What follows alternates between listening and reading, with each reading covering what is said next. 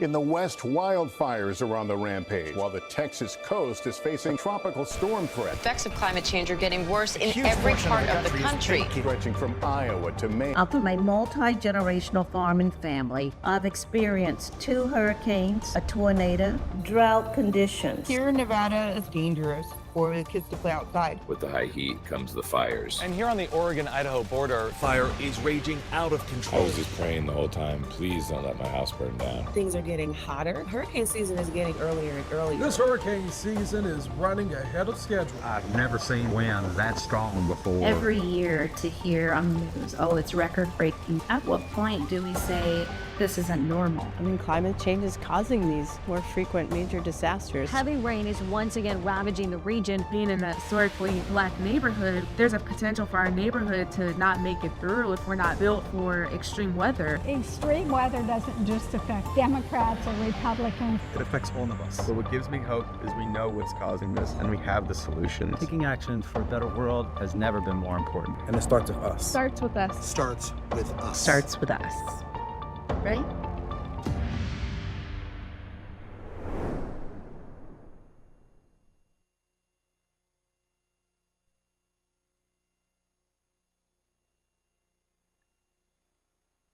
Hello. Hello, everyone, and welcome to the LA Wildfires Forum. Climate expert, activist, and music industry respond. I'm Amy Morrison, co-founder and CEO of the Music Sustainability Alliance. The forum is produced by the MSA in partnership with many of the aligned organizations you'll be hearing from today. We all know it's been a tough month. The LA wildfires have devastated homes, lives, and livelihoods, and scarred tens of thousands of acres. Beyond that are the knockoff effects, hundreds of thousands of Angelenos, from office workers to restaurant employees whose companies no longer have customers, or who may be squeezed out of the ever-tightening housing market. The music industry is also among those affected. Musicians, tour managers, roadies, agents, management teams, venue operators, caterers, drivers, and so many more whose lives have been upended by this tragedy. Amidst it all is the climate crisis, which did not directly cause the fires, but set the stage for them with wild swings in weather over the past few years, heavy rainfall last winter, followed by a prolonged drought, creating an abundance of dry vegetation. This, combined with strong Santa Ana winds and high temperatures, contributed to the rapid spread of the fires. Our annual in-person MSS 25, the Music Sustainability Summit, was planned for today, but like so many other events in LA, we made the difficult decision to reschedule. So we hope you'll join us in person on our new date of April 15. But we also felt it was important to gather online today to address the elephant in the room, how climate change turbocharged these fires. For those of you who don't know, the MSA, Music Sustainability Alliance, is a 501c3 nonprofit organization that convenes the music industry around climate solutions. It's an honor to have many of our community members presenting here today. And now, without further ado, let me welcome Katie Bain, Senior Music Correspondent for Billboard, who will be moderating today's presentation. Hello, everyone, and thank you, Amy. Music sustainability is an issue that I care a lot about and one that I cover for Billboard. I think it's also an issue that the entire music industry should care about, because if it wasn't clear before the wildfires, it's obvious now that we're facing enormous challenges as an industry. So over the next hour, we'll hear from experts on climate, as well as from music industry leaders who can put the past week's events into perspective. You'll also hear from several of the music industry aligned nonprofits that have been aiding those impacted by the wildfires and working to build a more resilient and sustainable model for the music industry and all those whom music touches. Then, in the final section of the forum, we'll be addressing your questions, comments, and ideas on addressing climate action in the music industry. So please feel free to put those in the chat at any time, and we will get to them later on. And now we are going to do our first panel. It's wildfires and climate change, and it brings together 3 true luminaries in the environmental space. It is my pleasure to introduce Dr. Catherine Hayhoe, Bill McKibben, and Reverend Lennox Yearwood Jr. Let me give you a little background on each of these guests. Catherine Hayhoe is an atmospheric scientist whose research focuses on understanding the impacts of climate change on people and the planet. She is the chief scientist for the Nature Conservancy, where she leads and coordinates the organization's scientific efforts. Bill McKibben is the founder of Third Act, which organizes people over the age of 60 for action on climate and justice, as well as 350.org, the first global grassroots climate campaign. He's the author of many books, and his writing appears regularly in publications from The New Yorker to Rolling Stone.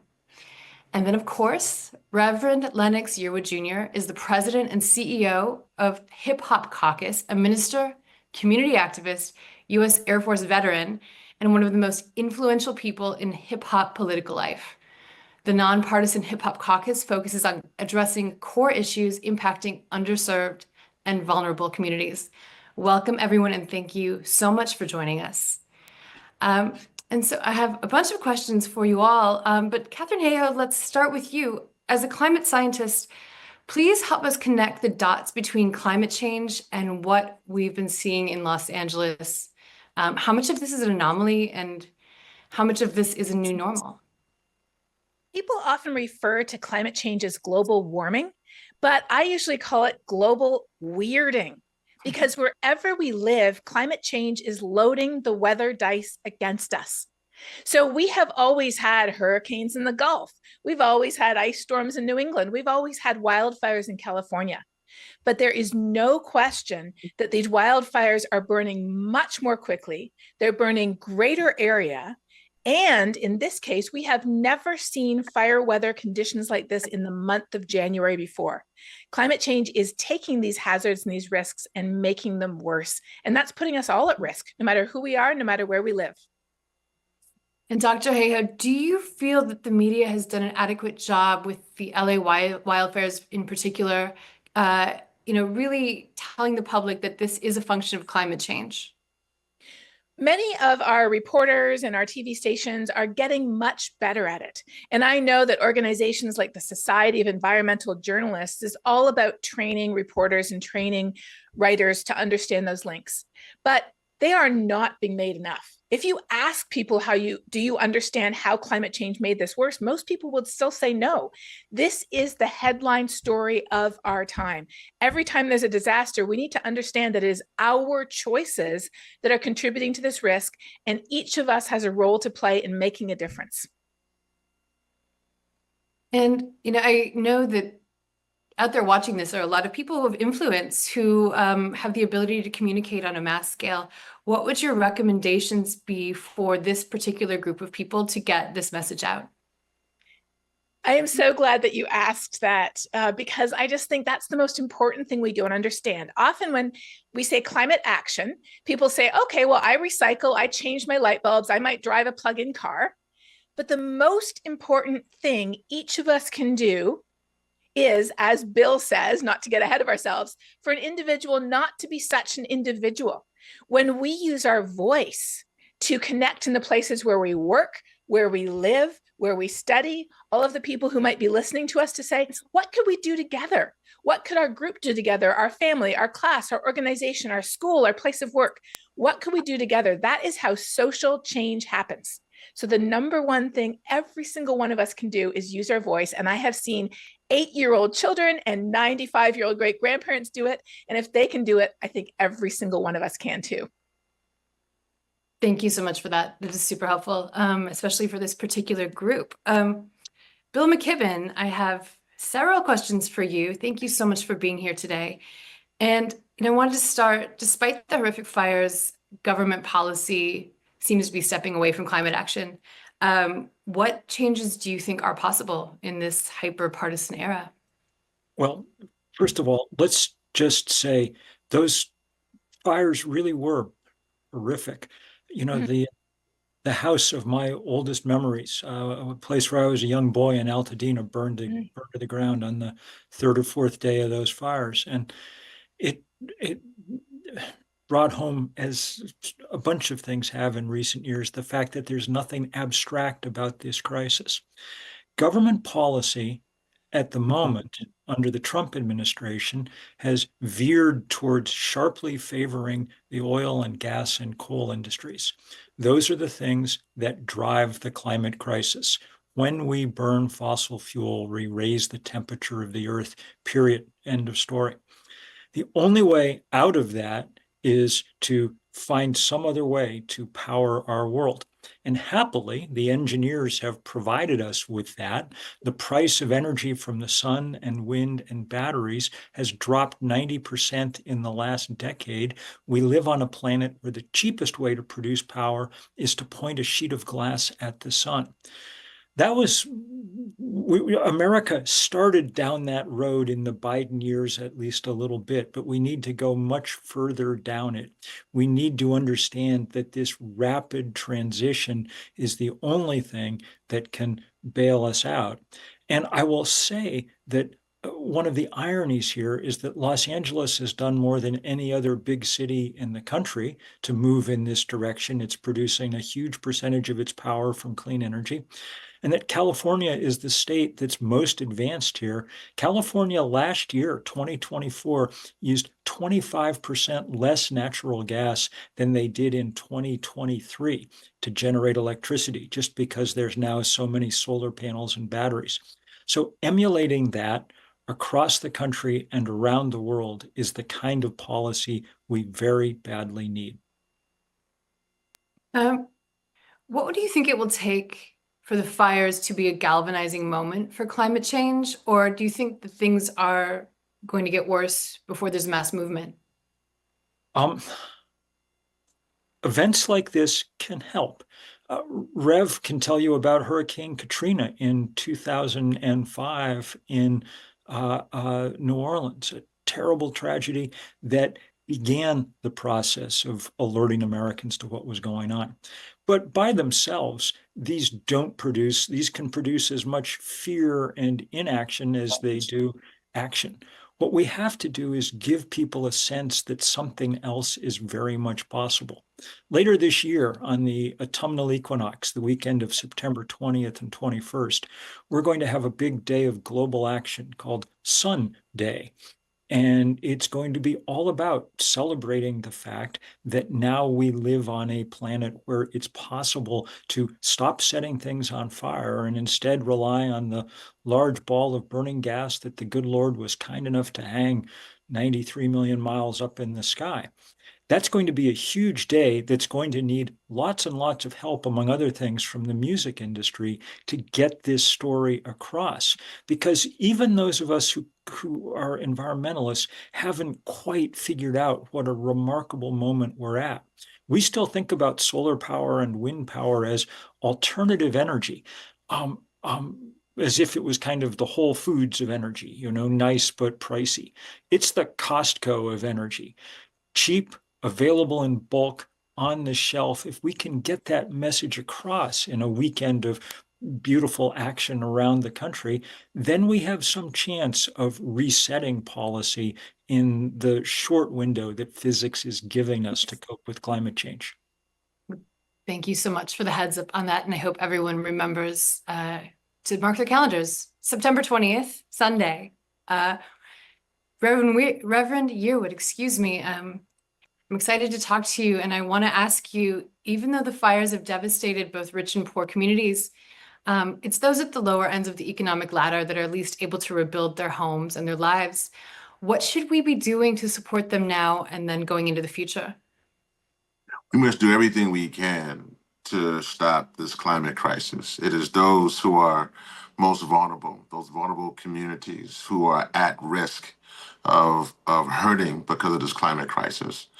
We saw that in Hurricane Milton. We saw that in Phoenix, Arizona, when the temperatures were raging between 126 degrees and above. The sidewalk was so hot that the homeless community was literally, in some cases, being cooked to death, and that's outrageous. There are places where I'm from, as Bill mentioned, in New Orleans, where you have hurricanes and Hurricane Katrina and Hurricane Ida, and we can go on the list. But the key thing here is that those who are hurt worst and first are those who are vulnerable communities. But let me say this about the wildfires, because that particularly hit Altadena, which was a predominantly people of color, Black community, and it pretty much wiped that community out. And also the folks who were fighting the fires, a lot of those were were incarcerated individuals who were then put in positions who then, in some cases, can't get fire jobs. The folks who are hurt that we don't talk about, and I'll be just honest, are Black, brown, indigenous, poor people, young people, queer communities, who you don't actually see in the climate movement. And we have to transition. This is a moment when we must do all we can to stop the climate crisis. Thank you so much for that, Reverend. You've also stated that these fires aren't natural disasters. What did you mean when you said that? Yeah, well, they're not. I mean, these are, I think as Dr. Hayhoe said earlier and Bill said a little while of that, they're being, listen, we have a situation here where we continue, last year, 2024, I was honored to get Forbes magazine, one of the 50 sustainable leaders, which is great. And last week I was at Sundance and they said I was a climate champion, which is great. I would trade all of that in, because last year was the hottest year. I would trade all of that in because these wildfires that are being fueled by climate change destroyed many of the artists who are listening, their instruments, their pianos, their violins, their works of art, their manuscripts. It destroyed so much of that you can't get back. And the reason this is so important, in the words of Toni Cade Bambara, she said the role of the artist is to make the revolution irresistible. And we are in a moment where we're in a climate revolution. And so we need artists who right now, because of this crisis, are homeless. Because of this crisis, are living out of their cars. Because of this crisis right now, we're going to the Grammys, trying to wash in a bathroom to then get a Grammy. This is what the climate crisis does. This is what we must do, everything we can to transition from fossil fuels to clean energy. Thank you so much for that really powerful reminder. We have a little bit more time left in this panel, so I have a question that I would love for you all to answer. Ideally in a minute or less, because we are keeping time, but please tell us why it's important for the music industry to lead on sustainability, and if you think that one industry can actually make a difference with something as big as climate change. When it comes to climate change, we know we can't fix it alone, but we can together. And we also know that the most important thing we are not doing that we could easily do is to use our voice to help people make that head to heart connection. How is climate change affecting the people and places and things I love? And then the heart to hands connection. What can I do to make a difference? And I don't know of any industry other than the music industry who is more equipped to do that. And I know that we'll be getting into talking about that a little bit later. We've got Adam Met and others here. They can talk about how it's already starting to happen, but we could all pitch in. And if we do, I think we will see change. 15 years ago, Rev and I wrote an article together where we talked about what had been the greatest environmental anthem of all time. And we decided that it wasn't anything that John Denver had ever written or anything. It was Marvin Gaye from What's Going On, maybe the greatest album of all time, Mercy, Mercy Me, the ecology song, because not only is it a incredibly powerful song, it's a reminder that there was a moment not that long ago, 50 years ago, when people understood that all these problems were linked together, that in an album about urban poverty and about race, it was absolutely natural to have a song about the environment. Look, Los Angeles is the perfect example of this. It's a city that has oil wells nodding away in the middle of town, producing precisely the thing that's driving the heat that causes those fires. Understanding that at some visceral level and figuring out how to communicate about it, not just in the bad ways, in the sad ways like Marvin Gaye did, but 2 years before that, George Harrison had written Here Comes the Sun as gentle and optimistic a ballad about how we might make the future as it's possible to imagine. So more of that, please. And I would say for us, we are taking this seriously. We working at Hip Hop Caucus. I'm so glad to see folks like Don Rashadi here earlier, working with Maggie and many other artists to do everything we can to use our voice. This is truly our lunch kind of moment for the 21st century. And I would also just add in that one of the things that's so important is the fact of the matter we have artists like Anthony Smith, my dear friend, coming out with new music. Love Song to the Earth, actually on February 21st. And so I love that artists are creating music for the time, because literally 100 years from now and 21, 25, those manuscripts, those poems, those songs will be the things that will be a blueprint that we can leave for future generations to let them know that all of us weren't crazy. That if they have clean air and clean water, it was because of artists who wrote songs and folks who created movies and poems. It was because of them. And they can then read those songs and listen to those songs and say, thank you. Thank you for those human beings in 2025 for ensuring that we have life now, 100 years later. Thank you for that, Reverend. And thank you all. I feel inspired. I hope everyone that's watching feels inspired as well. So we really appreciate your insights and, of course, for your continued leadership on climate. And now we have a short video before our next panel.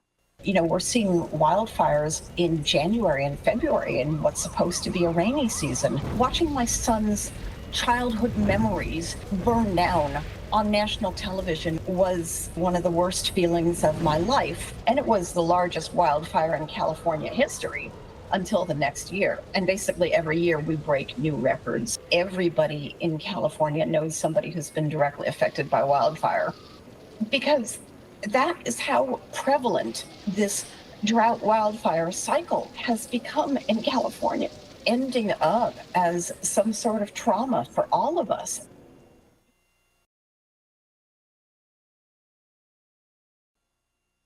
And welcome back. I just want to say before we get into our next panel that you can put any questions that are coming up for you into the chat, and we will address as many as we can later on. And now we're going to turn to our second panel, Music Industry and Climate Action, with three leaders at the intersection of music and sustainability. Let me tell you a little bit about them. Maggie Baird is founder of Support and Feed, a nonprofit committed to mitigating climate change and increasing food security by driving global demand acceptance and accessibility of plant-based foods. She also happens to be the mother of both Billie Eilish and Phineas, who I hope you caught at the Grammys last night and last week on Fire Aid. We also have Adam Met, who is the founder and executive director of Planet Reimagined, which works to incubate and scale creative solutions to the climate crisis. He also holds a PhD in climate science and is an adjunct professor at Columbia University. He is also the A in the 6-time platinum indie pop band AJR. And Dawn Richard is a singer and multimedia artist who uses her platform to advocate for social justice and environmental issues. In 2024, she released the critically acclaimed album Quiet in a World Full of Noise with Spencer's On. She is the Artist Relations Director for the Hip Hop Caucus, where she works to promote civil rights, democracy, and economic and environmental justice. Thank you all so much for being here. Maggie, let's start with you. The organization you founded, Support and Feed, provides delicious restaurant quality plant-based meals to communities facing food insecurity. But Support and Feed also has a mission to address climate change through education around food systems. I have many questions for you, but since we're speaking to the music industry here, what role can food choices play to the industry's efforts to address climate change? Thank you. Food is literally everywhere. It is the common denominator of every single day, of every single event, of every single moment in our lives. We eat food. And when we talk about the climate crisis, we so often leave food out of the conversation. 15% of the climate crisis emissions are because of animal agriculture.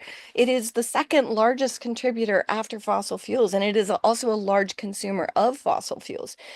So food, in many ways, is one of the opportunities that we have to impact climate in a relatively simple way when you really think about it. Every event we have, every festival, every concert, every backstage, every meeting, every time there are people assembled, there is food. We can start to change our mindsets to make that food automatically, at very least, default plant-based. In other words, primarily plant-based, with meat being the very rare exception, and make a radical difference. This opportunity is, it's throughout society. When we started Support and Feed, when we started it, really, we thought we were doing a crisis relief or operation. We just wanted to feed people. But we knew that, of course, we would feed people plant-based food because, of course, we wanted people to have the healthiest food for them and the healthiest food for the planet. But what we realized very, very quickly was that that was not something that was already happening in the system. And as everyone has spoken to before, the people who are most affected by climate were often the people most overlooked when it came to the health of food that they might be receiving or the food that was accessible to them. And I'm ashamed to say that I was not as aware of that as I was about the climate crisis. So the eye-opening fact that we could address multiple things at the same time. We can make music, we can feed people, we can make that food healthy food, and we can make that food better for the planet all at the same time. There's no reason that we need to isolate these things. In the music business, well, I know we'll get to this later, but there's a tremendous opportunity for us to make massive change on a large scale through these events that we have. You know, we've had two major events in the past week. You know, we had fire in the music industry, multiple, because I know there are many other concerts, et cetera, happening. When you see this massive scale and you think, how many people are being fed? How much food is being provided? Where is the food? What's happening with the food waste? All of our food systems, those opportunities are being overlooked. And it's really kind of devastating. I will say that everyone who's spoken today, I'm on the verge of tears because it's such an emotional time here, but it's an emotional time all over the world. And when we talk about these fires in California, it's been really devastating to me that we are not hearing about the climate crisis, and we are certainly not hearing about food, except with the exception of very small organizations and with Support and Feed. Thank you for that, Maggie. And also thank you for the reminder that we all have opportunities, many of them every single day, to make this choice because we all eat food. And, you know, as you mentioned, you're here in Los Angeles, and I know Support and Feed has been engaged in a variety of initiatives to support the people affected by the wildfires. Can you tell me a little bit about your experience over the last few weeks? Yeah, well, we jumped in, you know, well, first of all, if you live in Los Angeles, you know that everyone was impacted, including much of our staff, our volunteers, et cetera. But we just immediately increased our meal service.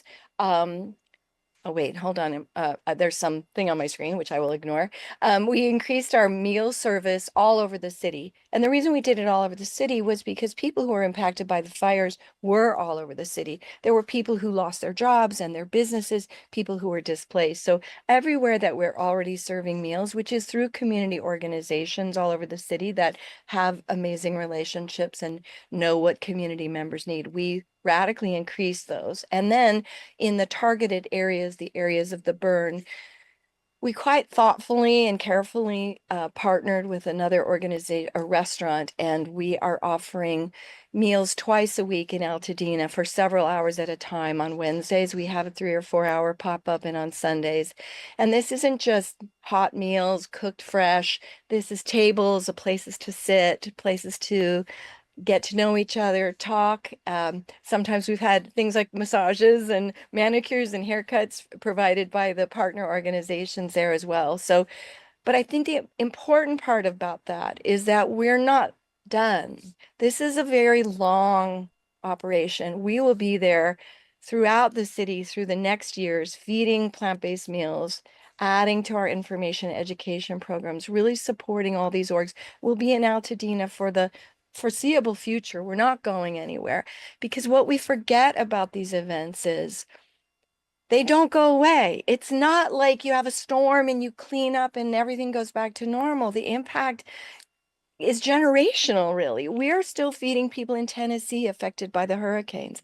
As we've talked about, all of these other very unnatural disasters, the consequences go on and on and on. So the crisis response is beautiful and amazing, but the devastation left from extreme weather events, climate events, is very long term, and we cannot just come and go. We have to dig in. So Support and Feed is in 11 cities, and we're going to be feeding people in Altadena and all over the city for the foreseeable future and for as long as the need is there, which unfortunately I don't see an end to.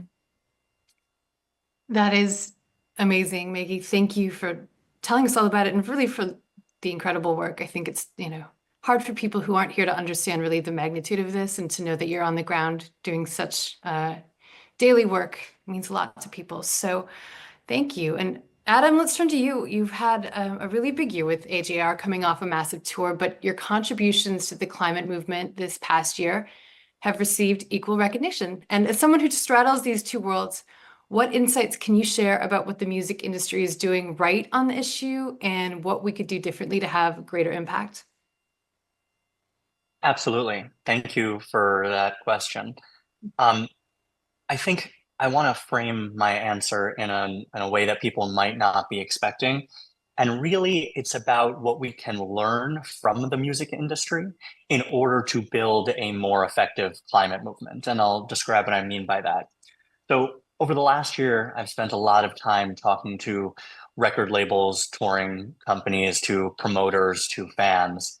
And something that we might not know is that in the last 2 years, the model of what the major record labels are doing is more focused on fan engagement than getting people to listen to individual songs. They're focused on building super fans, building fans that are going to come to concerts, that are going to participate in online activities, that are going to buy merchandise, that are going to be part of an artist ecosystem, right?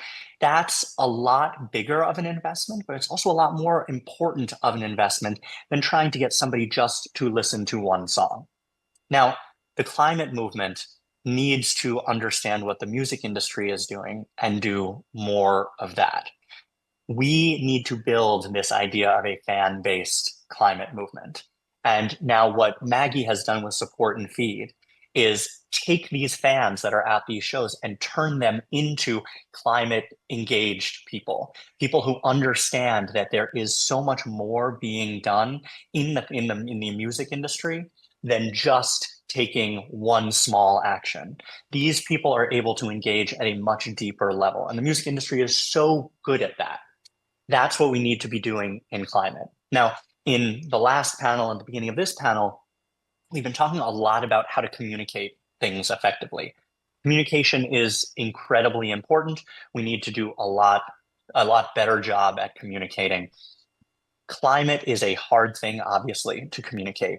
And yes, of course, we can do it through songs. We can do it through artists speaking directly to their fans.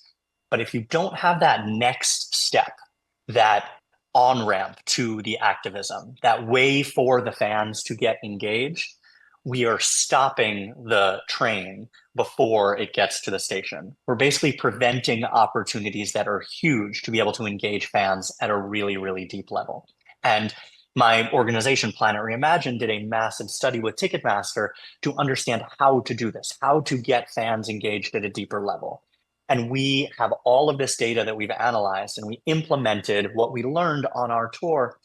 And of everybody who came out, of the hundreds of thousands of people who came out to shows, 15% of those people actually took direct, concrete civic or political action on site at the shows. And that happened because the actions were about impacting their local community. It was doing stuff with their friends and their family. And it was something where they could see direct results, both of what the organizations that we had out had done already and the impact of what they would be able to contribute to it. And now we're expanding that. And just to give you one more kind of stat here, in 7 different states, we had the opportunity for people to literally call their representative, Republican or Democrat, asking them to vote on a very specific local issue. It was phone banking literally on site. And you can do it while you were sitting in the arena, while you were out on the concourse. While many of those 7 states did go red in the presidential election, every single one of those policies went in the right direction for climate. People are engaging much more around policies, around things that will affect them personally in their own communities. And that's what we need to mobilize music fans to be doing. There's this huge audience. Maggie is reaching them. There are so many organizations that are out there reaching these fans. And at the same time, we need to make sure there is that really specific action. One thing I'll leave you with is that all of our data shows that if you can move people to a second site, that will make them lifelong activists. Yes, you can have them take action in one place, but if you can follow up with them and say, we are doing a community engagement event, or we are doing anything from a beach cleanup to a community board meeting to going out to support people who need food. If you can get them to that second site, then they're in. It's all about the in-person engagement, and the music industry sees that by creating this army of super fans. That's what we need to be investing in the climate space. Adam, that's awesome and so helpful. And I hope everyone in the room really takes that to heart, the second site. Everyone has a big opportunity here to really implement what Adam is talking about. So thank you. Don, you have an absolutely fascinating story. You were a breakout star of MTV's Making the Band and releasing critically acclaimed records while you were growing up in Cancer Alley, Louisiana. In case some people don't know what Cancer Alley is, can you please explain and maybe also provide some insight on how that may relate to communities here in LA that have been incinerated? Yes, and thank you. This has been so great. I think leaning into what you said, I think also stories are important to be able to have that fan engagement. And like you said, my story is a bit unconventional. I went through Katrina in 2005. I was homeless. I lost my grandfather. He died in Katrina. We lived in a car. And then 10 years later, as we tried to get our lives back, my parents then were sold an idea and then moved right next to 4 different petrochemical plants in a waste landfill. They now have cancer, both of them. And maybe last year, my mom had about 12 different sinus infections. So when you say, it's important to have that fan engagement, I agree. And I also believe that storytelling and owning your story and be able to tell that story is so important and imperative. And I'm honored to be here today to highlight the incredible work of the Hip Hop Caucus, particularly in efforts around Cancer Alley, a region historically ravaged by environmental injustice. Cancer Alley, which stretches along the Mississippi River between Baton Rouge and New Orleans, is one of the most polluted areas in the United States. And for decades, industrial plants have spewed toxic emissions into the air, impacting the health of thousands of residents, many whom are already vulnerable due to economic and social factors, which is me. And as a musician, I felt it imperative that my story be told. And I think because of that, I was able to use my platform and not only tell that as an artist and an artivist and do the music and do the work, but also get my peers to be able to lean into that narrative as well. I think education is important too, which the caucus has been doing. When you say communication, I think education is a part of that, telling fans what it is, what a petrochemical plant is, what fossil fuels are, what LNG really is. And in the midst of these challenges, there's a powerful movement happening. The Hip Hop Caucus is leading that charge. And through our campaigns like Respect My Vote and Beyond Petrochemicals that we share with Bloomberg Philanthropies, the caucus has been amplifying the voices of communities affected by pollution in Cancer Alley by using the power of hip hop culture, youth engagement, those second sites that you've talked about, I think is crucial. And by collaborating with amazing organizations like Rise Say James, the amazing Sharon Levine, there's a next generation of artists like Tank from Tank and the Bangers, Big Frida, John Legend, who we had do a Cancer Alley tour to be able to educate him on what was going on. We've been demanding environmental justice and accountability from both corporations and local governments. And I think you've seen that on the side of the wildfires as well, specifically speaking to Altadena and these places where they haven't been highlighted because these are communities that have been underseen, undervalued.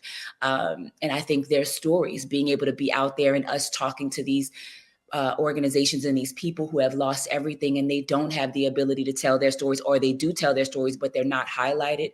The caucus is leaning into those stories, those narratives that we need to own to be able to get a fan base to engage in our stories and follow us through these journeys. I've been blessed enough where I experienced the homelessness. I've been in hospitals consistently through my parents, both of them being in cancer, and being able to tell that story and then going to the caucus and saying, I'm an artist, but I want to do more. And being able to be an artist relations director, being able to be a part of the nonprofit organization, not only tell my story, but then lean into other artists and have them tell their stories too. There is an infectious feeling of wanting to do that, not just fan engagement, but owning the narrative to go into these spaces and say, this is not a one-time story. My story is not a one-time story. I am living with climate crisis every day. It is in my family. It is consistent. Like you said, Miss Maggie, like it's generational. I am 10 years, 20 years in, still being forced to deal with climate injustice. And it is in my own family. I am losing people by the second. And the only way I feel like it can shift is to be able to be here and do these opportunities and then share them with the caucus. We are going on the ground and telling these stories so that we can get fans engaged and motivated. Dawn, thank you so much for sharing some really powerful and personal stuff and helping really illustrate the points. I really appreciate it. And I know everyone else out there does too. We are going to wrap this one up, but in just a few words or less, what would you like to see the music industry do to be more sustainable and to support artists who are clearly leading on climate action? I'll jump in. I think artists are doing an amazing job. We have a conference called Overheated with many of these people. We're tabling. Artists are doing a lot of amazing work and connecting with fans. We need the big players to join the fight. We don't just need artists to do this. It shouldn't just be for artists who care. It should be industry-wide. It should be labels. It should be production companies. It should be all the big booking. It should be Live Nation and AEG. We need everybody to join this from the start and don't just put this on a few artists. I couldn't agree more. I think that as much as the artists are doing, it really is on the industry side now.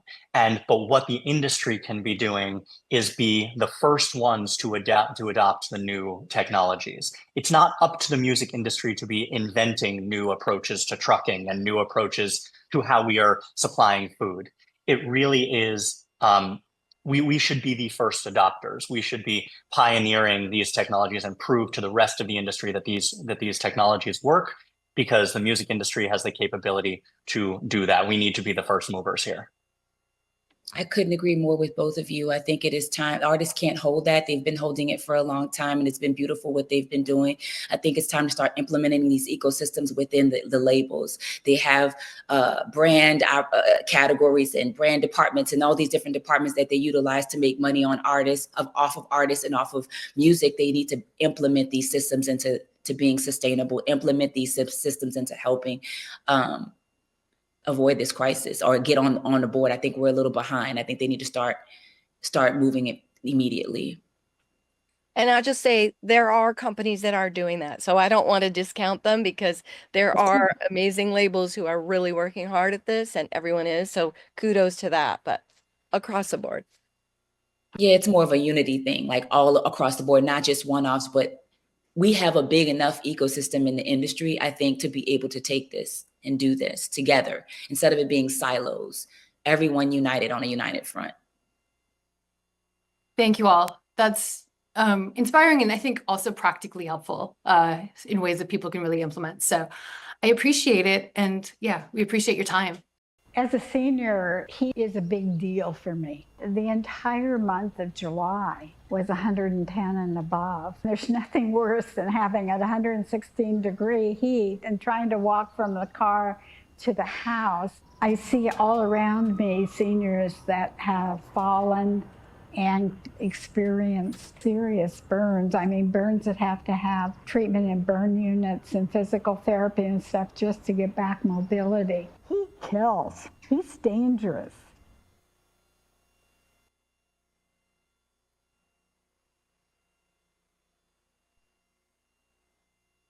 Welcome back, everybody. And I just want to apologize to the viewers who experienced some technical difficulties on the Zoom earlier. We have a great team back here doing their best to make this flow as well as possible. So thank you for bearing with us. And as a reminder, if you have questions, please drop them in the chat. We will get to them later in the show. But now let me introduce our next panel. MSA is fortunate to have many brilliant organizations within its community. We've, of course, just heard from 3 of them with Support and Feed, Hip Hop Caucus, and Planet Reimagined. And now we're going to hear from 7 more who are involved in extraordinary short and long-term aid, not only around Los Angeles, but around the world. Please welcome to the room Jennifer Leff, the Managing Director of Human Services at Music Cares, Mick Sheldrick, the co-founder, Chief of Policy and Impact and Government Relations at Global Citizen, and Kelsey Zeil, Chief Development Officer at Sound Future, and Kathy Runciman, Co-Executive Director at Earth%. Again, many questions for all of you. So Jennifer, starting with you, Grammy Week is always a very busy time at Music Cares, but this year, obviously, the magnitude was, I imagine, much, much more intense. In a couple of minutes, can you share with our community how Music Cares has responded to the wildfires? Sure. First of all, thank you for having us, and just thank you to everybody with their brilliant takes who have been sharing their information on the panels. For those of you who don't know, Music Cares, we safeguard the well-being of the ecosystem of the music industry. So that means front of house, back of house, singer, songwriter, producer, engineer, production, tour bus driver, anybody whose livelihood depends on the music industry. And that's across genres, geographic areas, and income levels. We all know that people in this industry can live paycheck to paycheck, and they're vulnerable. So certainly when a disaster hits, this only heightens the unknown and the fear. And since 2005, Music Cares has provided disaster relief due to over a dozen regional hurricanes, tornadoes, fires, floods. And so we are poised to swiftly effect some disaster relief when needed. So with regard to the LA fires, individuals must have at least 3 paid years in the industry to receive assistance, or they can have 6 credits on commercially released recordings. Previously, disaster eligibility was 5 years, but the threshold was decreased due to the sheer impact of people who have been impacted. And briefly, our process. During disasters, we implement an abbreviated request form. It is online, and oftentimes people certainly now have not had access to internet. People can call us. We go through the form with them online, or rather on the phone, to get them going, finish the process so they can get moving and do what they need to do. In a nutshell, our short-term support or direct funds are for essential living needs. So in this case, we provide direct monies to individuals for basic needs, whether it's due to evacuation, hotel rooms, food, clothing, medical supplies, diapers, anything that is of the essence that they might not have with them. Others might use their assistance to go towards rent needs or other monthly bills, because as we know, work has been canceled and perhaps paychecks have been stopped. I also want to note it's paramount to let everybody know that just as important as financial support is, we are acutely attuned to mental health in the aftermath of a disaster. And on January 16th, we launched support groups for the LA music community. This goes beyond the LA music community because mental health is a common thread regardless of the type of natural disaster. And these fires came on the heels of Hurricanes Milton and Helene. So we're also organizing support groups for those communities. So overall, our disaster relief supports essential living needs, addresses the mental health toll, perhaps even physical health for some people, and financial health. So maybe somebody wants to have financial coaching because they realize the strain and they want to get on top of moving ahead. So this too is a program that we offer. We're also partnering with other relief organizations and community organizations to provide information on FEMA, SBA, and all of the arduous processes that one needs to go through. And of course, preparedness, because we want the music industry to be armed with information before the next disaster hits. So overall, we look through the lens of holistic recovery. So we're here for a long haul. Thanks. Jennifer, thank you. I'm sure we all know at least one person who's being helped by Music Cares in the aftermath of this. I certainly do. So thank you for your work. Mick, let's turn to you. I know Global Citizen has been providing unparalleled relief to countries around the world for decades. When a climate change-induced disaster like the wildfires strike, how does Global Citizen pivot and provide support? Well, that's a great question. And when wildfires or hurricanes strike climate vulnerable communities, Global Citizen really focuses on two key areas. The first is prevention, and the second is securing funds for recovery and resilience. So firstly, on prevention, we know that fire management can reduce the risk greatly of larger, more destructive wildfires.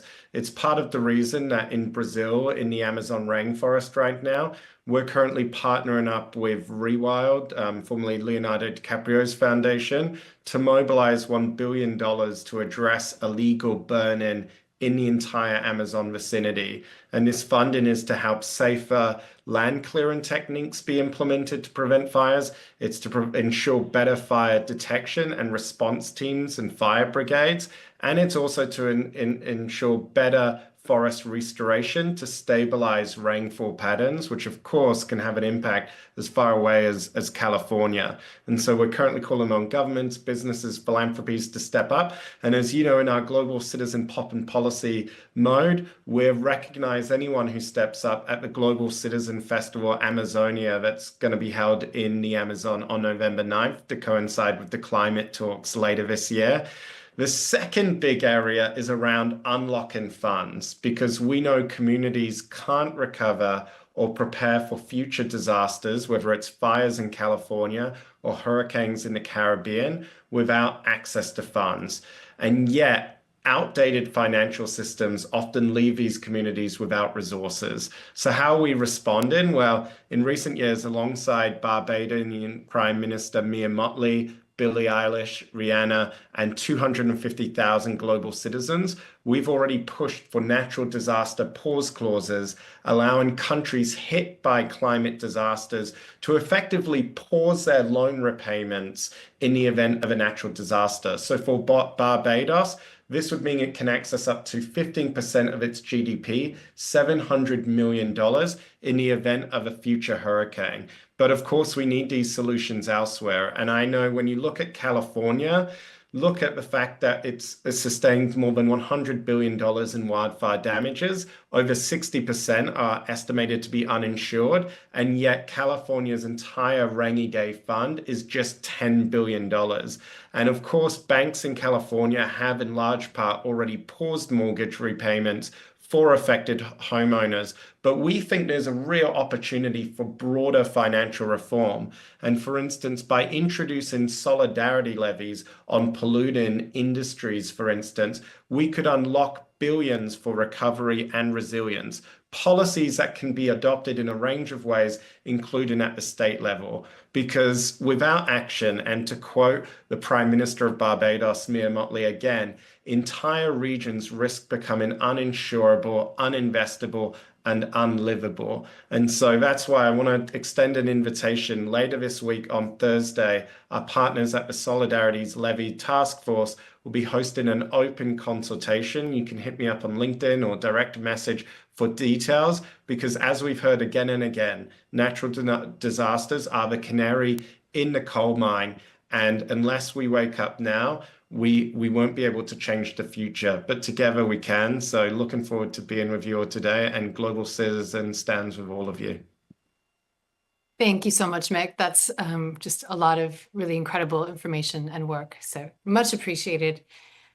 Kelsey, Sound Future is a relatively new organization at the intersection of climate change and music, but you've recently launched a program called Surf and Turf that has broad opportunities for impact, excuse me, including projects to support rebuilding here in LA. Tell us about it. Yeah, so Sound Future is a nonprofit that is looking to build a world where gathering does good and building towards a more positive and regenerative and resilient future through the power of live events and through the power of music. We launched Surf and Turf in particular to make it very easy for the industry to fund lasting change through high integrity, high impact restoration projects around the globe. And when it comes to wildfires, it's pretty exciting because it's a positive way that you can just go back to the basics and build for resilience. So we've seen this actually in the California area, where regenerative farms are able to withstand a wildfire while the surrounding areas are completely scorched. So we are looking to fund, with contributions from the live event industry, regenerative farming projects. And we have an open call to action right now where, excuse me, we've identified some farms in the LA County area, as well as the surrounding areas. So we would love to hear from anyone who wants to help support this, opt in with a percentage of tickets sold or merch sold, concessions, really making it easy to fund high integrity, high quality restoration projects that can help avoid future wildfires. That's awesome work, Kelsey. Thank you. Thank you very much for sharing it. And finally, Kathy, Earth Percent was launched by Brian Eno to be the music industry's climate foundation, but lately you've been doing a lot more than that. So what role does your organization play in supporting resiliency? Thank you so much, Katie. Thanks, everyone, MSA, for having me here. First of all, I just want to applaud all the incredible community-led responses to this disaster. I think they exemplify that resilience that facing a climate change future is going to require. But our collective energies are also needed to support the kind of systemic change that will prevent such disasters from recurring with ever-increasing frequency. So Earth Percent works in partnership with artists and, importantly, with all types of music businesses to include the planet as a stakeholder in their creative output and operations. So in particular, to work with artists who make music for and with the earth, or in collaboration with and for the benefit of nature. And we do that both to raise up artists in their advocacy work, but also to raise funds for these incredible organizations doing that systemic work to tackle the climate and biodiversity crises. So I just wanted to offer a couple of quick examples from our strategic portfolio of 18 grant partners. First up, the Fossil Fuel Non-Proliferation Treaty Initiative. This is a vital framework for international cooperation for a fast and fair global just transition away from coal, oil, and gas. And businesses have a major role to play, and we invite music companies to engage with the treaty and artists to become treaty champions. Or secondly, the Youth Climate Justice Fund is an outstanding organisation supporting youth-led climate justice movements worldwide with funding, resources, and youth-to-youth capacity development. Or another example is Cool Earth, who work with our best existing carbon storing technology, and that's the rainforest. And they do that by listening to and backing the real rainforest experts, who are the people who live there. Or again, the Amazon Sacred Headwater Alliance, which is an extraordinary partnership of 30 indigenous communities protecting the lungs of our planet and one of the critical ecosystems controlling the world's weather patterns. We also support the work of the Music Sustainability Alliance and other organisations working to accelerate the decarbonisation of the music sector. And the MSA's work with all of you to ensure music's future as a global sector of excellence in sustainable creative industries. So it's just a few examples, but support from across music, whether it's funds or artist advocacy, makes a massive difference to the impact of all of these organisations. So yeah, please anyone contact us if you'd like a conversation about the work that any of our partners do. Thank you. Thank you so much, Kathy. And I'm sure everyone is feeling what I'm feeling is like it's encouraging to know that there's so much great work being done, and it sounds like a lot of ways for us all to tap into it. So thank you for sharing what you guys do.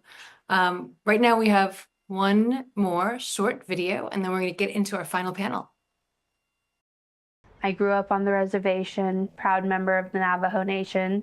Being pregnant in the heat, it can be very scary. My husband is away for work every other week, and if I get heat stroke, it comes on so rapidly to all of a sudden feel dizzy and discombobulated altogether.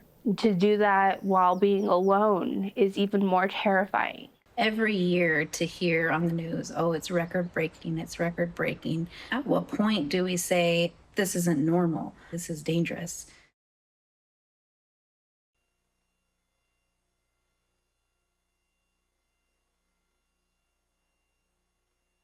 And now we have our final panel. So let's welcome another amazing group of individuals whose organizations have been in the trenches here in LA over these past few weeks. We have Neil Vasavada, the founder and CEO of Overdrive Energy Solutions, Sierra Kaz, the co-founder and co-executive director of Extreme Weather Survivors, and Francis Porter, the co-founder of Analoger Authentication. So let's get into it. Neil, let's start with you. In a couple of minutes, what can you tell us about what your company does and how you've pivoted to support LA communities that have been affected by these fires? We are dedicated to reducing and eliminating the use of diesel generators in live events with battery energy solutions, power stations, and we've done 9 major festival stages in the last year. We got involved with the LA County Fire Department and U.S. Forest Service to provide generators or battery generator systems. They were having issues with noise and with fumes and things like that. So we deployed 19 units across the disaster. The thing about it is, what we do in live entertainment is actually a great sandbox for developing engineered products and sustainable energy products. We do the same thing with some tweaks over and over again, allowing us to test, develop, and deploy equipment that works in harsh environments. And it turns out that this was very, very helpful for the disaster response. We were able to deploy quickly and get gear out there to help the first responders, which I think is something that's very important. We can leverage the way that live music, at least live touring, works to develop things for the greater world, and the attention and the visibility that live entertainment brings us shows people. I think it was a bill that said earlier on that this is not the Whole Foods, this is the Costco of energy solutions. And being in live events allows us to show the world what we can really do. That's awesome, Neil. Thank you. And thank you for the work you and your company have been doing. Let's turn to Sierra. Sarah, we've heard a lot this hour about the connection between climate change and extreme weather. Please tell us about your organization and how it's making an impact in communities that have been hit by these kind of disasters. Yeah, thanks so much for having me. Extreme Weather Survivors sort of was born out of 2 major new realities. One, the realization that the way in which people are going to understand and process and feel a climate change is through extreme weather events, particularly those events that are so novel, right? Like a heat dome in Oregon, extreme heat in places where there wasn't previously heat. Hurricanes in mountain towns hundreds of miles from the coastline, all of these, hailstorms in Minnesota that are killing people and, destroying buildings, like just truly novel extreme weather events. And then the other reality is just the fastest growing population in the US and in the world is people harmed by extreme weather.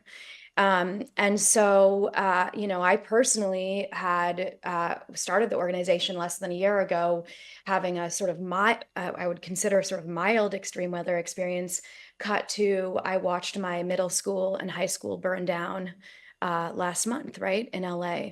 And so I think I would just say, so our organization does a few things. One is we provide sort of no-cost trauma-informed support services in English and in Spanish.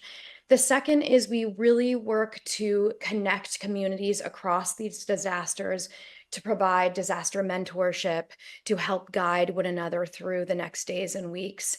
And I'll give the example of sort of what we did in Los Angeles. You know, we heard over and over again from people who had survived extreme weather disasters that when you've lost everything, the like next steps decisions are so overwhelming in social media, which is so loud. There's scammers, there's misinformation. And so we got a hold of the CEO of Slack and built a sort of private custom online community from people who have survived the LA fires so that they could connect directly with people who from past fires to get that disaster mentorship. There's public health experts in there. There's individuals that are insurance experts that are sort of guiding, you know, how do you even tackle these next questions? And then the third piece that our organization does is that we really work with people in a way for those that are ready and willing and interested to share their story, to be part of advocacy, to make change. We do it in a trauma-informed way. So, you know, we know that those most directly harmed by extreme weather and climate change are the ones best equipped to move culture, to move industries, to move politicians, to change national narratives on TV and in social media. And so we help people with that work. And I can even just say, like, even just in the experience in this, I hope you guys, someone can share the Slack, the link so people can join. It's a really beautiful space. It will bring you to tears, the way that people are helping one another get through this stuff and answer this stuff for themselves. But yeah, I mean, we're even seeing it just in that community. There's already people that through the work of sharing their story are sort of moving into advocacy. In California and in LA, there's already this awareness that, you know, insurance companies are either going to pull out or raise rates, and people have already lost so much. And so there's sort of advocacy. I know there's tons of different legislative pieces of policy that have come forward, but one that is interesting and born out of these people's experiences, that they're already looking at this going, hey, shouldn't oil and gas companies also have to chip in and have to pay for, like, why is the cost of the insurance crisis always being put on homeowners and people that have lost everything? But there's any number of other incredible sort of pieces of policy that have come out of these connections. And so our big ask to everyone is just, you don't have to go through this alone. If you are surviving extreme heat, and if you are surviving a fire or a flood or a hurricane, there's a community of people out there that would love to help, you know, get you through it, and then share your story. It's so important. That's how we make change in this society. So yeah, thanks for having me. Thank you so much, Sierra. That sounds like work that is really important in the sense that it not only helps people, but it provides them with comfort, and it makes them feel like they're not alone. And I know climate change can feel daunting and isolating. So it's really great to know that you guys are out there. So thank you. Francis, you've been providing a different type of relief service, and one that our music industry audience will greatly appreciate. Can you share with us how Analoger has responded to the fires? Sure. Thank you for having us. Appreciate you being on here. So Analoger, we partner with artists and creators to make their physical assets investment grade. And those physical assets are musical instruments, musical gear, studio gear, memorabilia. We noticed early on the market was really undervalued from our opinion. So what's developed from a boutique auction house into an authentication business, and as of January 1 of this year, we started our own insurance agency because we saw the insurance market was not properly valuing these types of assets. And since this disaster, we've had scores of inbound calls from studio owners that have lost everything, people who are having studios in their homes, artists, musicians, wanting to understand if they could get the proper value repaid by the insurance companies. And unfortunately, in most cases, that's just not the case. The existing insurance companies are typically only honoring replacement costs at a commodity level and not really the historic nature of some of these tools that have been used in major recordings by famous artists, the values that we would impart on them through our process. So we're there to help, and they're challenging kind of the insurance policies that they thought were covering them. So we're there to lend support and hopefully get ahead of this moving forward. That sounds like fascinating work, Francis. Thank you for sharing a little bit about it with us. And thank you all for sharing. And thank you everybody who's joined and who has participated and answered questions. It's really been an incredible hour and we appreciate it. I want to give a shout out to the Music Sustainability Alliance who put this whole thing together and who, as Amy mentioned in the beginning, is moving the summit that was supposed to be today to April. We really appreciate the work that you guys do. And I'm going to hand it back over to Amy. First off, thank you all for your patience with the technical issues. And we did record this and we will be putting the full program on our MSA's YouTube. And then thank you, Katie. We're so appreciative of you and your commitment to telling the climate stories that affect our industry. We're so excited to be with you again at MSS 25, our annual summit on April 15th, which is an opportunity for the industry, not just artists, to join together to collaborate and take action through its operations and comms to tackle the climate crisis. Just to reiterate, and as Maggie, Adam, and Dawn emphasized, this industry needs to lead. So please join us in person on the 15th. And we're really excited to once again have Billboard as our media partner for the summit. So before we move to the open forum, we also want to thank our incredible panelists, each of whom took time out of their very busy schedules on a Monday morning to share their knowledge and expertise with all of us. Please remember that they're doing this because they believe the music industry has an enormous opportunity to lead on climate action. And it's up to each of us to make the most of that opportunity. We also want to thank our co-presenter of today's programs. You heard from some of them, but we want to acknowledge all of them. And it's a really encouragingly big list, and that will continue to grow in the future. So AEG, Analoger, ASM Global, Bands in Town, Billboard, Earth%, Extreme Weather Survivors, Global Citizens, Happily, Hip Hop Caucus, Music Cares, Overdrive Energy Solutions, Planet Reimagined, PRG, Reverb, Our World, Solotech, Sound Future, Support and Feed, Third Act, Upstaging, Wasserman Music, and WME. Many of the organizations participating today are nonprofits who rely on donations to do their incredible work. We hope that if one of the organizations you heard from truly inspired you, including MSA, you might make a donation to them if you're able. And last but not least, a huge thank you to Happily, the incredible company that produced this event for us. If you're looking for best-in-class production partners for your next event, they would happily love to hear from you. Seriously, we could not have done it without them. And at this point, we are going to conclude the live stream portion of the webinar. We're going to sign off of IG Live and move over to the general Zoom. So we hope you'll all stick around and join us in a discussion, networking and community, facilitated by MSA Strategy Director Joel McCower. So goodbye to all the viewers on Instagram. Thanks for watching, and we'll see the rest of you momentarily.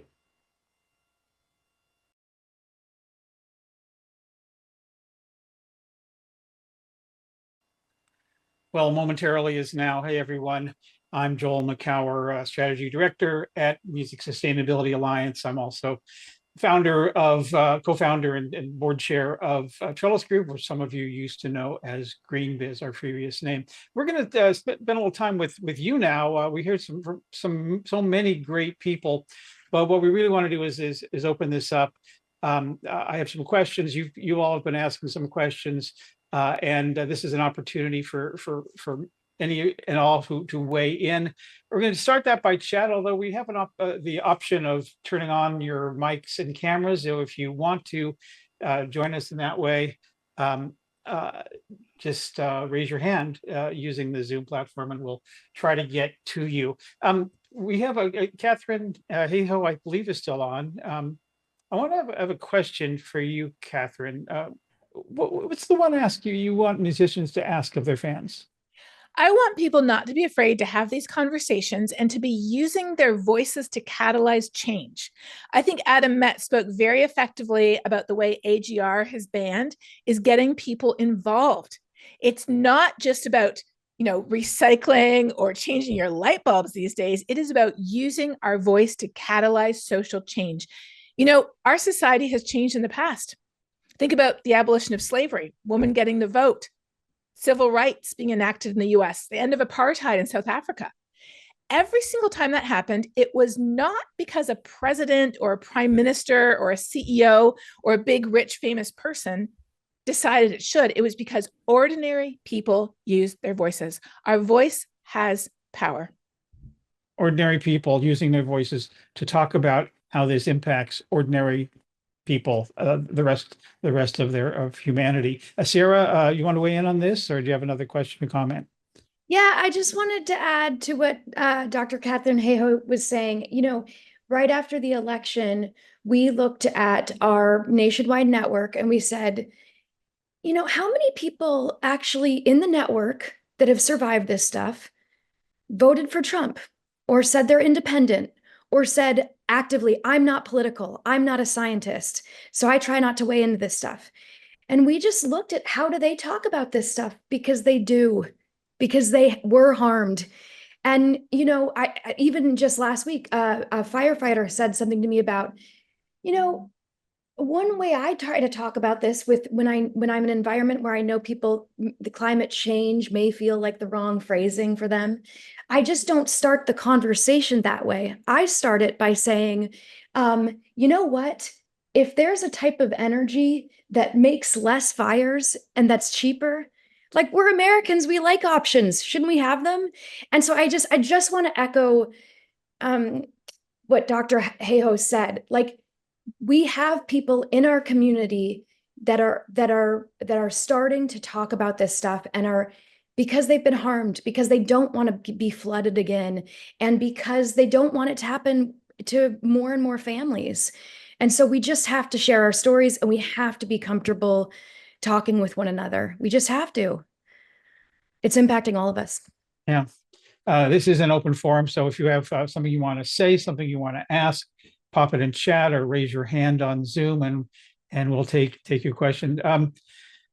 Kurt Langer, I want to turn to you, one of the founders of Music Sustainability Alliance, board member, veteran of the music industry, but also in educating people about these issues. You have worked, for example, with Billie Eilish on her the event, I can't remember what it's called, that she did in Atlanta not too long ago. What are you learning about how the music industry can better communicate these issues to their publics? I hope I never have to follow Catherine Hayhoe again on a climate Zoom with this many people. But it's a great question. I think I was listening closely, obviously, to what everyone was saying, and the things that really stood out, particularly during the conversation with Maggie Baird and Adam Met and Don Richard, about the industry supporting artists and not looking to artists to lead or relying on them. I think obviously artists have an ability through their platform to deliver information to a large audience, which, I think you mentioned Billie's event Overheated, that's produced by Support and Feed. That is there. A lot of people are reached through that being live streamed on Billie's YouTube. But for more artists to feel comfortable speaking about this, they need to know that someone has their backs and that they're not expected to lead. They're actually given the conditions under which they can do their thing, which is be an artist. And then if they choose to talk about these issues or other issues with their audience, they can do so from a place of strength and and a strong foundation. And so for me, that was one of the big takeaways, is that there's so much the industry can do to support that. And a lot of those things are really easy. You know, one of the things Maggie talked about is just changing our menus. And, you know, when we think of the music industry and food, there's actually so many touch points to it. There's, you know, front of house food on tours and at festivals. There's back of house food and catering for the crews. There are corporate events. There are awards shows. There's so many opportunities that are usually centered around food and drink, right? It's a big part of how we do events in the music industry. Not to mention touch points with audience, where they're going to concessions, they're looking at a menu, they're making a financial decision about, can they afford this menu item versus that one? And just, you know, and this is something I've learned from Support and Feed, is just introducing plant-based options at every step is a very easy adaptation for event producers to make. It's just having the will to do it and having the education. So that's just one example, but there's so many. And I feel like, you know, something that Don touched on in that same panel was about it being a united front and needing everyone to do it together. And I think that idea of doing it together really gets to, you know, community. And here we have, like, we've been on this call for an hour and a half, and we still have 60 people that wanted to engage on this issue and discuss it. And I think that's a clear indication that there's a community here around these issues. And the music industry is part of that community. And the more they lean into it, I think they'll see the more that community grows and the more influence they actually have, the individual companies within the industry. So anyway, those are my like sort of initial takeaways. Is I feel there's a lot of opportunity, a lot of great things already happening, but room for more. And clearly there's tons of resources here to support whatever they might want to do. Great. Actually, we've got over 100 people still on this call, so that's lovely. Maggie, I see you taking. I was going to call on you actually, Maggie, because you Billy and Phineas did this event along with a number of others in Atlanta called Overheated. And I'm wondering what the response was. And did you get any blowback, or people saying, you know, musician, global superstar Billie Eilish should not be, you know, talking about these woke issues, or did you generally get support? What was the impact and blowback, if any? Oh, well, we've had nothing but positive response. And I will say, you know, we were in Atlanta this time and we really focused on Atlanta. We had a lot of local activists, a lot of amazing scientists. And I mean, the fact that young people, primarily young people, sat in a room for most of 6 hours straight of just hearing people talk. We also had some very cool activations that they could do and amazing food, etc. But they really took it all in. It really demonstrates how much people want to hear this, and remembering that sometimes we have to go back to 101. We have to really start, you know, young people they're all still growing up. We can't assume everybody knows everything. And so going back to the basics and explaining and having really clear, not making anyone feel stupid for what they already don't know, I think that's really, really important. I also wanted to address the fact when Kurt was talking about food. When Billy tours, we work with Live Nation to make sure every arena has plant-based food options. And some of the arenas respond better than others with more and more and more options. Some of them even go in totally plant-based while Billy is there. And we try to get them to always leave menu items on, but we make sure every arena has several plant-based options. And we heard a statistic from Levy that when Billy did the O2 for 6 shows, the revenue from the concessions was up 8%. Everything was plant-based and they sold 8% more food. Now, that is correlated to the fact that Billy was messaging it. right? They left a lot of those menu items on, didn't continue as much when Billy wasn't there. So the artist messaging is really important. I don't want to downplay that. The artists, as Adam talks about with his research at Planet Reimagine, fans are more likely to participate if the artist they care about is walking the walk and talking about it. So we can't discount that artist involvement. I would just like to see that the arenas already have plant-based food, already have sustainable practices. From the minute an event happens, like Fire Aid or any concert, any tour, anything, that sustainability is first and foremost. And that's again where an artist can come in. I love to tell artists, like, you just have to tell your team. You don't have to actually do it yourself. You can message on social media. That would be tremendously helpful. But the main thing you need to do is tell your team it matters, and make sure everyone on your team, whether they're booking the tour, making the merch, whatever they're doing, that they're coming back with the most sustainable plan and the sustainable options from the get-go. But back to your original question, we have nothing but positive feedback from Billy's fans about overheated and all of the sustainability measures. Really quickly, Maggie, what was the call to action that you all put out to the audience beyond once they left the event? What did you want them to do? Well, in our case, we asked people to take a pledge to eat at least one fully plant-based meal a day. And we also provided them with resources to support them in that and help them understand how that made a difference. We also have plant-based food drives at Billy's shows frequently, and many other artist shows as well. And we asked them to come to the Reverb Eco Village, get to know their local organizations. And as Dr. Catherine Hayhoe says, like, join a group, get to know, get involved. So really, just encouraging people to talk about it and know that their actions matter and know that they can demand more. But we certainly do offer this plant-based pledge, support and feed plant-based pledge to, and we make that an entry point, right? It's one plant-based meal a day. We know that for many people, that's actually quite challenging. So the idea, I know Adam, talk about leading people, not just meeting where they are, but we are meeting them where they are with a little help getting more and more involved, breaking the ice, letting people enter. Young people do not like to feel dumb. No one likes to feel dumb. And one of the things we must be careful with is making people shut down. Young people don't want to vote because they don't know all the issues. And so they'd rather not vote than make a mistake. So we have to let people know that it's okay not to know, and that we're going to help them from the very beginning, and that we can meet them where they are and give them the tools they need. Yeah, they'll just do something. Kelsey, go ahead.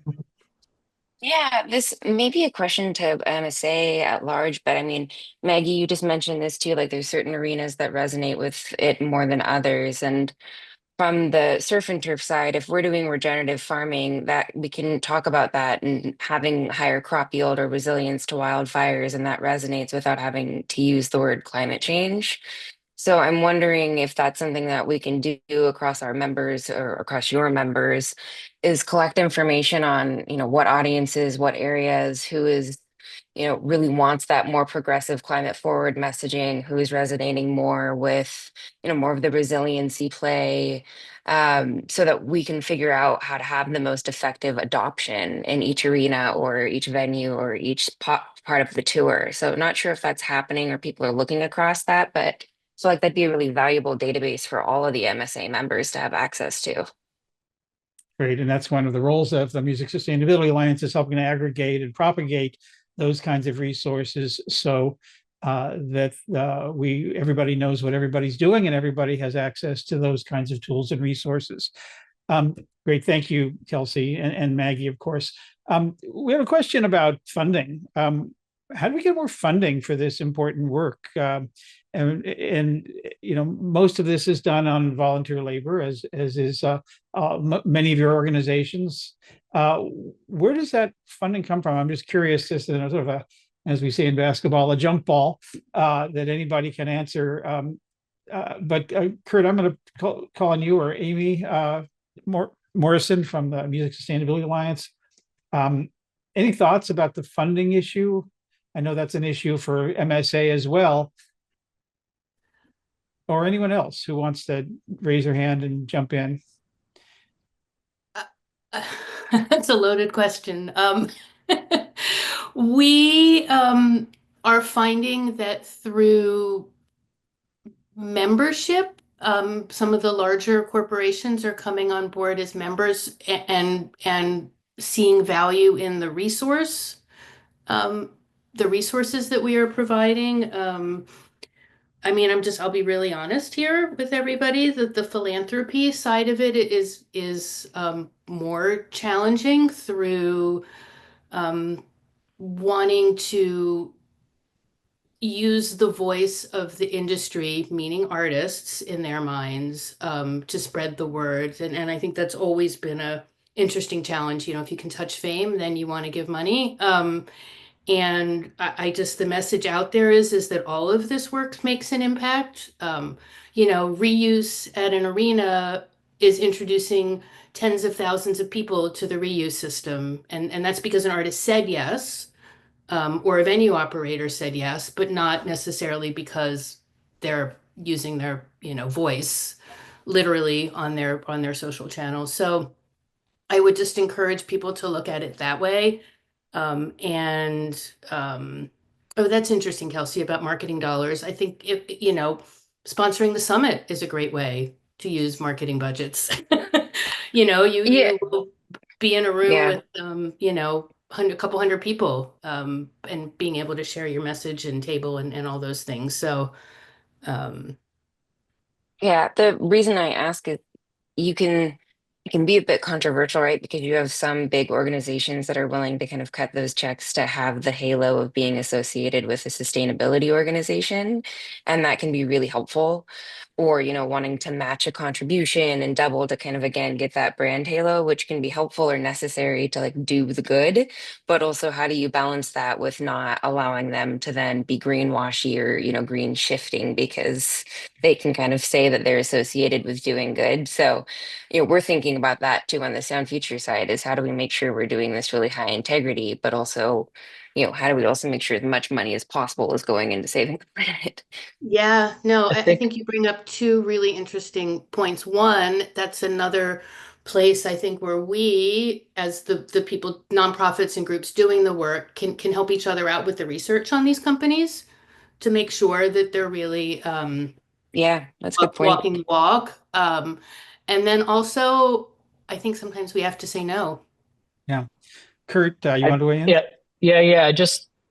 I think one thing I found always to be interesting is that because we're the music industry, people will make the assumption that we have a lot of money, and it's not correct, you know. And I think I've seen this just actually throughout my 3 decades working around the music industry is that they think it's already funded with millions of dollars, whatever it is you're doing, even if it's doing sustainability work. Something that Kathy Runciman from Earth% said in the program earlier was to think about the Earth as a stakeholder in what we do. And so I think for the music industry as a whole to kind of bear that in mind and think about, you know, when making annual budgets, like if whether you're a record label or an agency or a publishing company or a promoter or operate venues, like think about the Earth and the impact that one is having in whatever the business that you're in, and set aside some budget for that. And I think just, you know, a lot of times some of the companies have sustainability departments, some of them don't. The music industry has some massive companies and also some very small. Percentage wise, most artists are small. Then there's lots of small independent venues, and so they all have different budgets. But if there's just sort of a percentage that they think of, like we know this is important and we're going to allocate this, and then there's all these amazing organizations that have been on this in this program today that could be recipients of some of that funding. But one thing I'll say, because Amy mentioned philanthropy, is that it's very difficult to get philanthropic support for something, because a lot of philanthropists will have the same feeling that because it's music, there's already lots of funding there. And so they want to see that the music industry itself has prioritized this. And when they start to see that, I think more money will come into all of these amazing organizations. Yeah. Maggie, looks like you want to jump in. Yeah, I just wanted to say that I think, fortunately or unfortunately, people respond to crises. And until people start to understand this as a crisis, I think we really have to, I don't know, Dr. Cahill, if you're still on, but has such a positive outlook and so inspiring.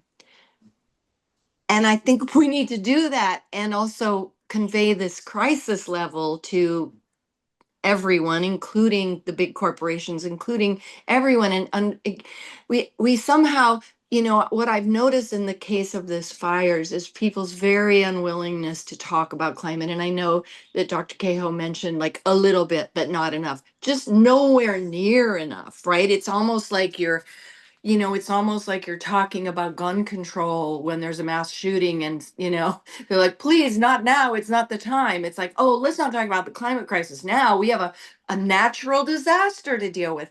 And we have to be conveying the connection much better and making people understand the crisis that we're in. And I think that people respond to crisis, so that if you can connect your nonprofit, your message to crisis. I mean, I think I'm even concerned about the word sustainability, right?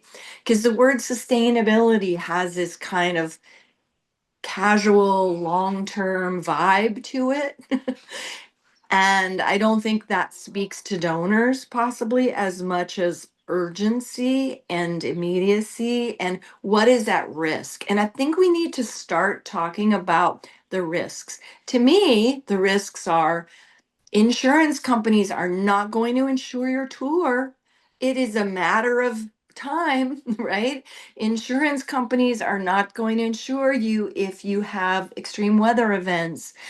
And what about how we're talking about the fossil fuel industry needs to pay for the damages they've done? Does the music industry need to do that? Like, we need to get some hardcore consequences and experiences of how dire it is. And I feel like the people on this call walk around with a sense of dire urgency, and we're not conveying that enough to enough people. And maybe it's our fear of alienating people, and maybe that's true. And I know there's an entire conversation in the climate movement of like, which is more successful. But I think it equates to dollars. And so that's why I think it's important. And we see this even with support and feed. We get more donations when people can see that there's a crisis. And we're not conveying like there's always a crisis in a way. So. Yeah, that whole construct about this is not the right time is a right-wing construct, that this isn't the right time to talk about gun violence, or this isn't the right time to talk about climate. This is exactly the right time to be talking about these things when they're front of mind, and we need to ignore that noise from that right side of the political spectrum and just move ahead. Kathy, go ahead. Thanks. Yeah, I just wanted to make the point. I think we talk a lot about the relationship between artist and fan, which seems incredibly important. But I do think that we're still in this part of really making the business case for this to the major music businesses, like why they really have to take this seriously. So first of all, I think artist influence on industry itself is really important.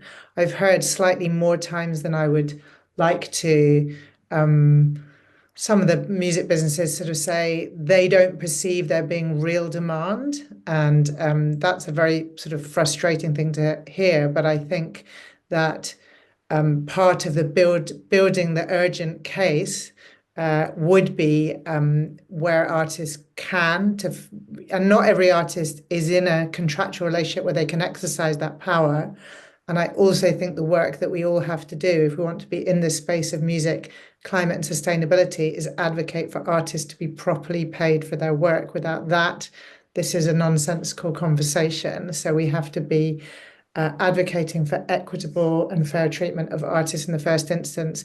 But where artists do have influence, and they can use that to make demands of their industry partners. I put in the chat Maggie's example of getting plant-based food into venues is a perfect example, but particularly up to the labels, who I do believe there are some real important signals of change about how seriously this is now being taken, and I don't think we should overlook that. I wouldn't say everyone would like the progress to be faster, but I think the conversation is really shifting, and that means the opportunity is now just to voice the demand. Just every opportunity everybody gets. I think it goes back to what Catherine Hayhoe was saying. Talk about it. Talking about it is the first really material piece of activism that everybody can do. But wherever you are in the music system, just to make your voice heard for that kind of change, so that we also don't assume that everything about solving this within music is on artists and their relationship with fans, who ultimately pay for everything, right? Music fans, music lovers ultimately sort of pay for everything through their passion for and support for the artists that they love. But yeah. We've heard a couple of comments. Thank you, Kathy. We've heard a couple of comments about and something in chat about labels. What's the role of the labels in all of this? And I don't have anyone in particular to aim this question at. And I don't know if we have anyone from any of the labels, whether they're the majors or some of the smaller ones, on this right now, listening in on this call. But I'd love to hear some thoughts, whether it's in chat or if someone wants to unmute and speak up and raise their hand. Or Maggie, I think you just unmuted, so I think Billy's got a label in too, so go for it. I was just wondering if there was anyone on from Universal, because I know Universal has done a lot to address this, and so I don't want to speak for the label, but I happen to be aware of many policies, even their events. Their events in the last years of the Grammy parties and all of the events have been default plant-based, and there has been a real consciousness and awareness of all of the levels of food waste and recycling, and to that degree. And I know they've done that in a lot of different arenas, so I know that there is a lot of movement in the labels, and I'd like to hear it louder. I think that's one of the other things is like, I don't want to keep shouting about, as we all are, kind of like all the changes that need to be made. I also want to highlight all the changes that are being made, and I want them to feel okay about being loud about it. So I was just looking for a universal representative on this call. Yeah, I'm not sure if there is one right now. But Maggie, those Grammy parties and other things, those are industry events. But how about the role of the labels out there to the masses, to the public? Well, I mean, I think it goes across the board of every artist interaction, right? There's merch, there's packaging, there's gifting, there's events, there's, again, you need every single department at the label to be involved in this. And again, I see labels doing this. I see summits talking within labels. I see departments addressing this. So I think it is happening. Again, I think it's too quiet because, but I think there is even cross-label communication. I do think it's happening. I think we're not hearing enough about it. And again, it's every single decision you make. The default should be that, like I spoke at a panel last year for the Polestar, I guess it was Polestar. There was one climate panel. It was 15 minutes. It was at the same time as a voting panel out of 3 days. What I actually think should happen is they need a person talking about climate and sustainability on every single panel. So if the panel is about venues, there's somebody there. If the panel is about touring, there's somebody there. If there's a panel about whatever, there should always be a person saying, this is what we're doing on this. Because we get siloed into this.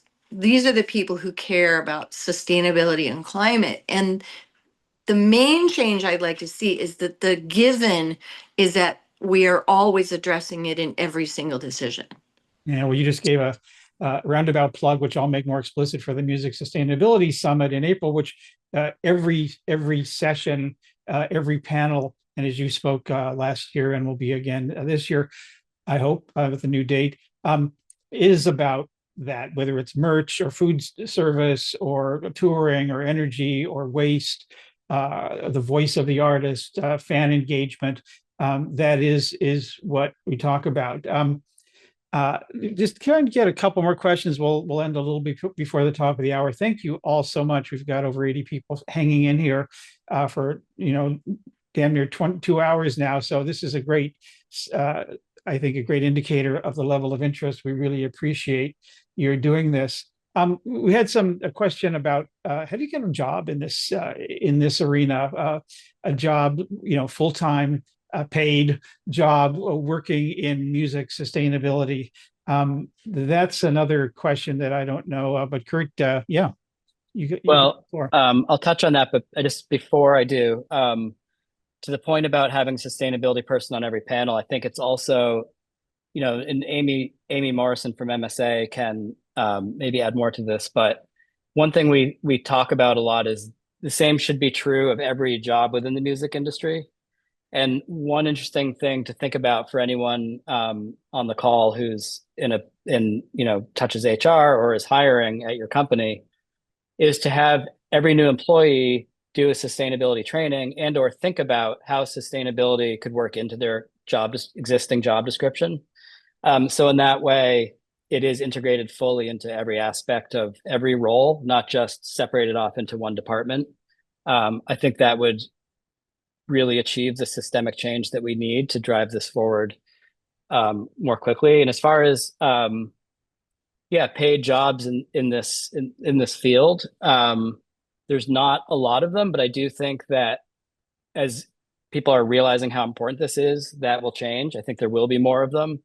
And if whoever's asking the question has the ability to do so, which not everyone does, but just start volunteering in small ways, even if it's like an hour a week. MSA has webinars, quarterly or sometimes more frequently, things like the summit. I know there's volunteer opportunities with a lot of the organizations that we're presenting today. And I know that's not the answer that they're really looking for, but it's a great way to become part of the community and to sort of learn the landscape.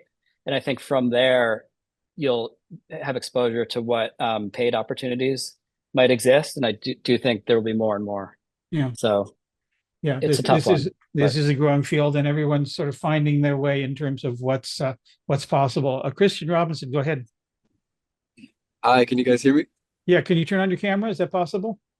I'm on the road, so it may be a little chaotic, but can you quickly introduce yourself just very briefly? Yeah, great to meet everybody and amazing panelists and discussions all throughout. My name is Christian Robinson. I'm Executive Director of Sound of Earth. We're a nonprofit organization, status pending, but we're fiscally sponsored, and we are producing Sound of Earth Fest 2025 this year in April as well.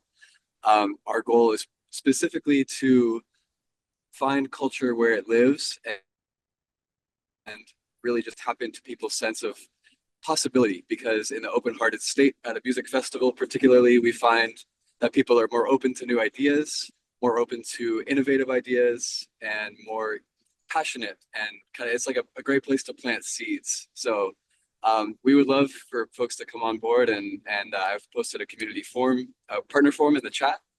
And additionally, just as far as perspective on the last question, someone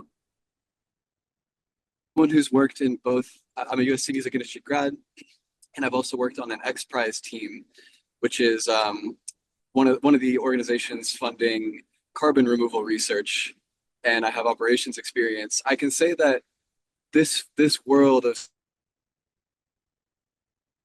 innovation technology, but also more ancient wisdom, indigenous wisdom, kind of on two poles here.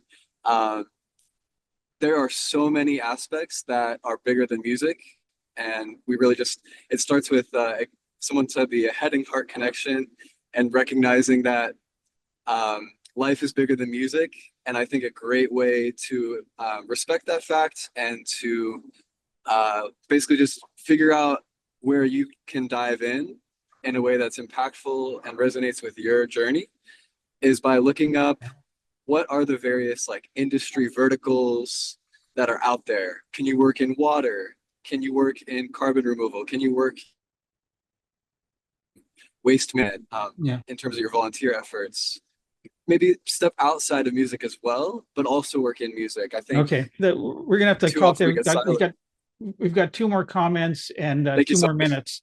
So Carol, go ahead. This is an absolute shameless plug for the clauses that we've created, the green clauses that we've created to go in contracts between artists and agents and promoters and venues. Really, they're non-punitive, but it's to start the conversation, because if we get things into contracts, it gives it more validity and more drive. And we're really hitting on and transport on food and energy, because those are the holy grail. So if everybody could take a look at them, I've put them in the chat. And if you're in a position to start using them as an artist or a manager or an agent or a promoter, we'd really welcome that, because that I think is going to be a massive driver for change. Yeah. Awesome. Thank you, Carol. We're aggregating some of those green clauses as well as MSA, and we'll be making those available. We're going to have to call it there. This has been great. So many of you have hung out, and obviously we need to do more of these meetups where we can share, we can talk, we can interview and ask questions of experts, of which so many of you on this call are. So thank you all for that. Thank you to Katie Bain at Billboard for hosting the first hour of this. A terrific job. And to all of those, Happily, and of course MSA, for pulling this all together. We'll be sending out a link to the recorded version of this on the MSA YouTube site. So be looking for that, and look for more webinars, the green room, as we call it, from MSA, and as well as the summit on April 15th. Thank you all so much for being part of this. And I'm Joel McCower. We'll see you next time.